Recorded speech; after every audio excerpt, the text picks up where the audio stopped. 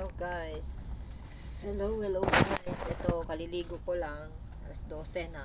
Malapit na ako mag sundo ng bata sa school. Wala si amo kaya makapag-vlog tayo ngayon. Ulit.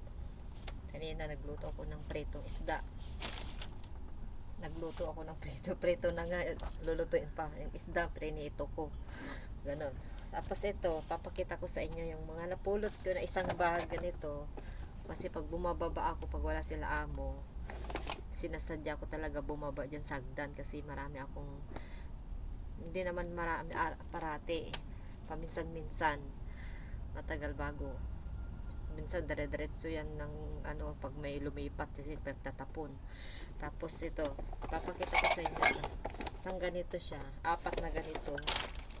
Ito, apat na ganito. Ito, kumuha ko ng newspaper din dyan kasi mga ano, pinang-a-up nila pag para mga basura kasi para hindi siya tumulo, para mawala yung tulo niya.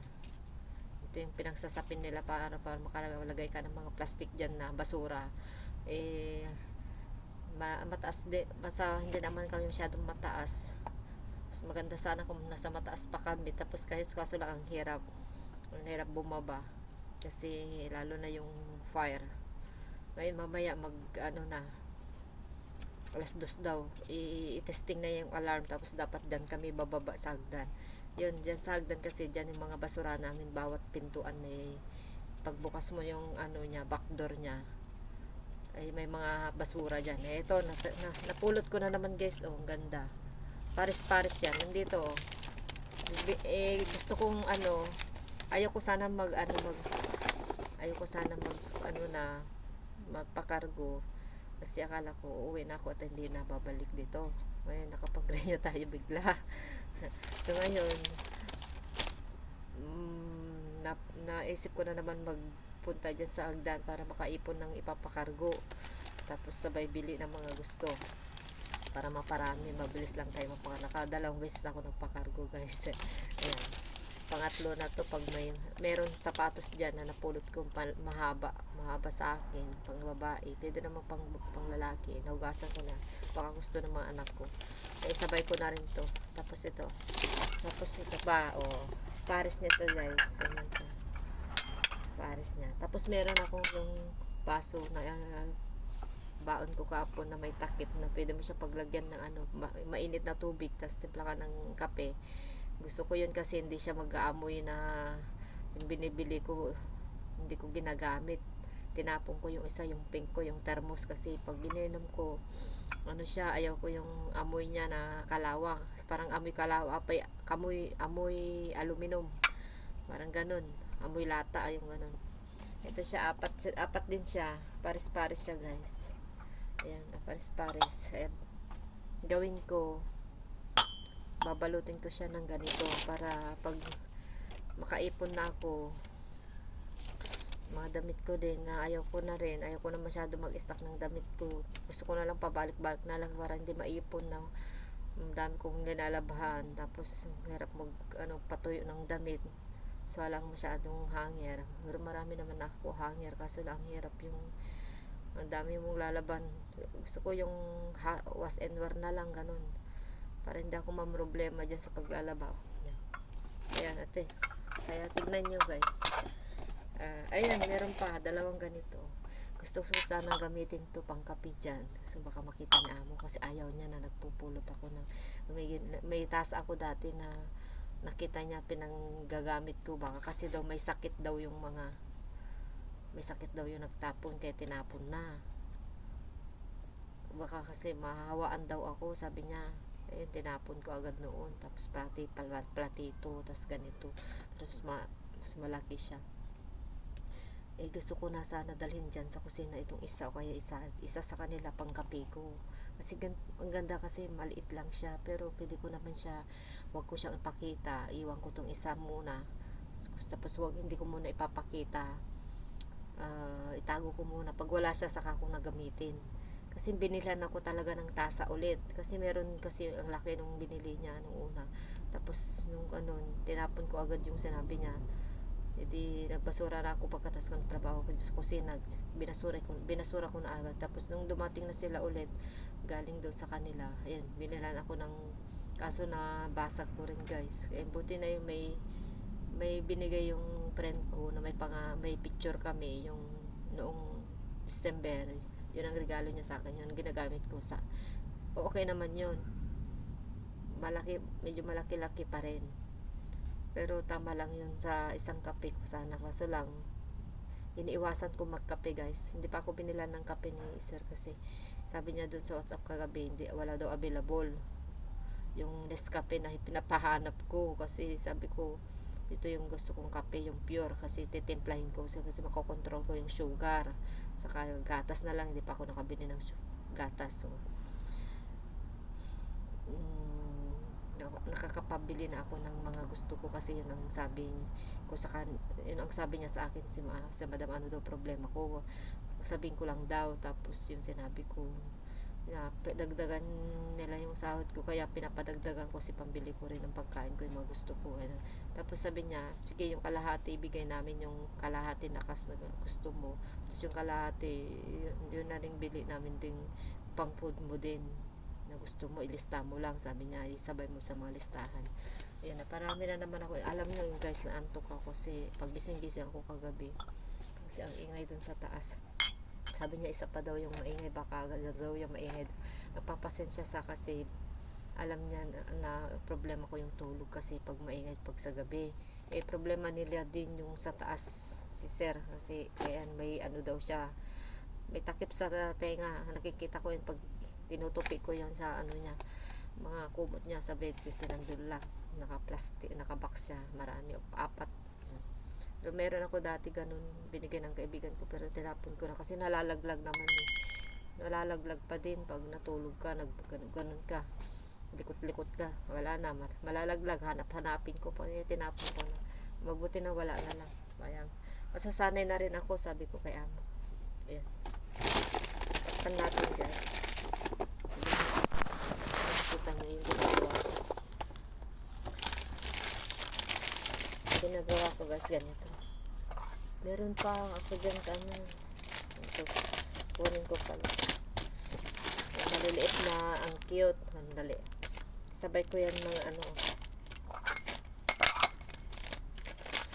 Papagawaan ako ng sushi yan ng amo ko. Sushi kasi bumili sila ng panggawa ng sushi. Antok ako guys.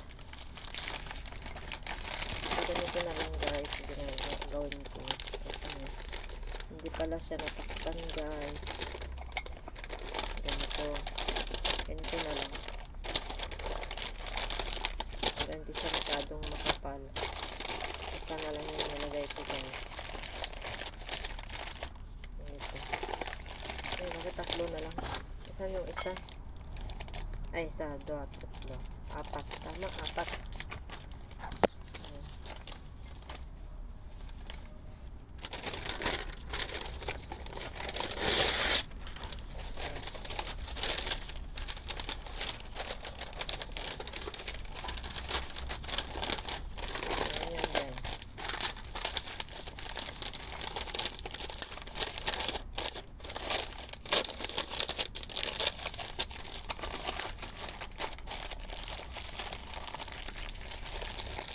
Ayan, ganito na lang siya.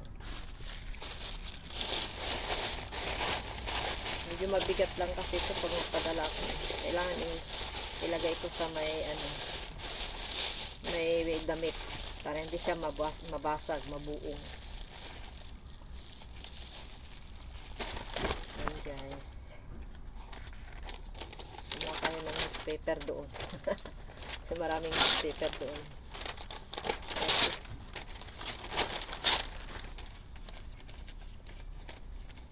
Hugasan na lang ito pagdating sa Pinas. Hindi ko pa inugasan dahil baka na sila mag-ugas eh. Yan ito. Balutin ko lang.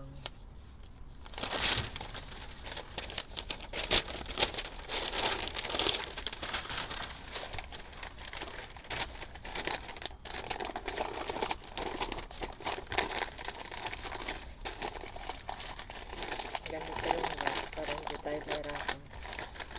ipadala para safety siya. Yung ganito gagawin natin dito.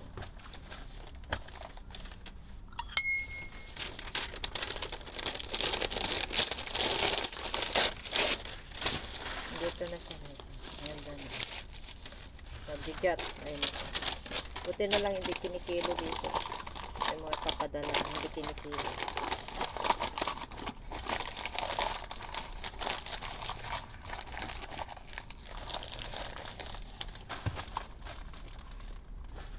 Gawin natin yun. Ilagay muna natin dito para hindi siya magkalaw. Iayos na lang natin kung magpakargo na.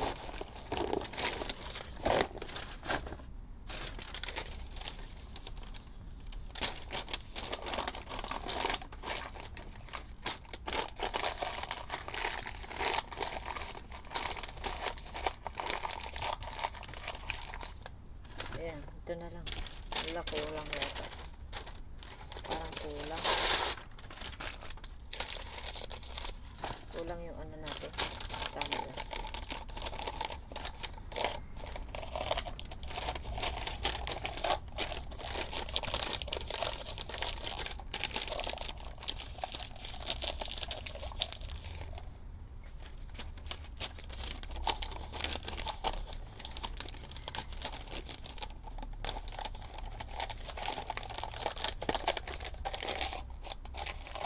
Ganito guys. Ganito na lang. O, diba?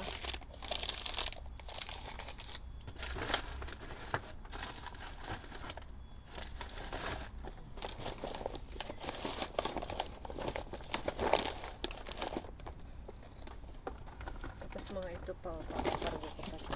Kasi regalo to galing dito. Kay Sister Marlene. Lagayan daw din ng tubig to na mainit. Ang ko kung mainit o malamig. Pwede rin siyang ano, pang baon, pang kape. Pag lumabas tayo. Pag may fellowship, pang kape. Kaso lang hindi ako masyado nagkakape guys.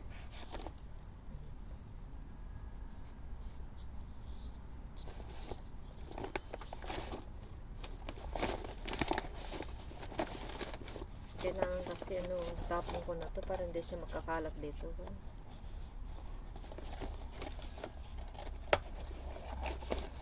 So, bye na guys. Tapos na ang akin to. Ito naman para sa prutas. Parang gusto ko na rin siya ipadala. Naku, ang dami kong gamit guys. Hindi ko na rin makagamit masyado. Ito di kuryente ito yun. Sasaksak mo to yun. Pang blender, pang kain ng baby. Ito guys, dami kong gamit. Gusto ko na ipadala to. Madali guys. Bye bye na guys. 15 minutes na. Oh, daming gamit. Saan ko na naman ito ilalagay? Sa taas.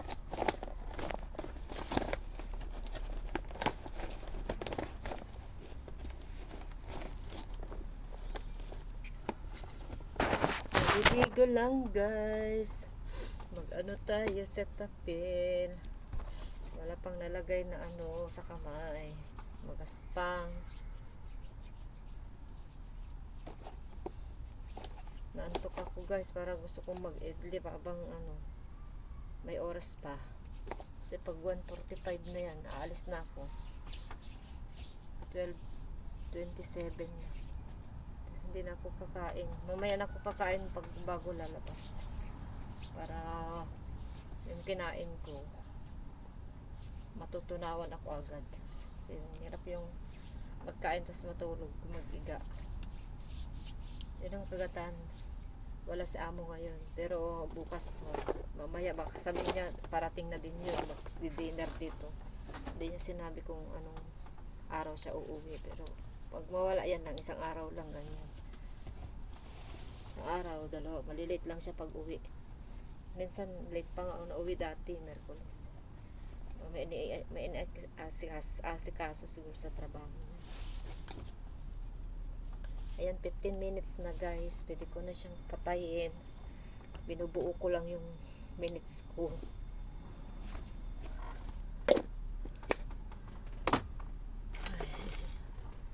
Nabeya naman tayo sa mukha guys. Ito yung nilalagay ko sa mukha. Pero parang lalong umitim yung ano ko. Moisturizer. Bye-bye na. Sunod ulit.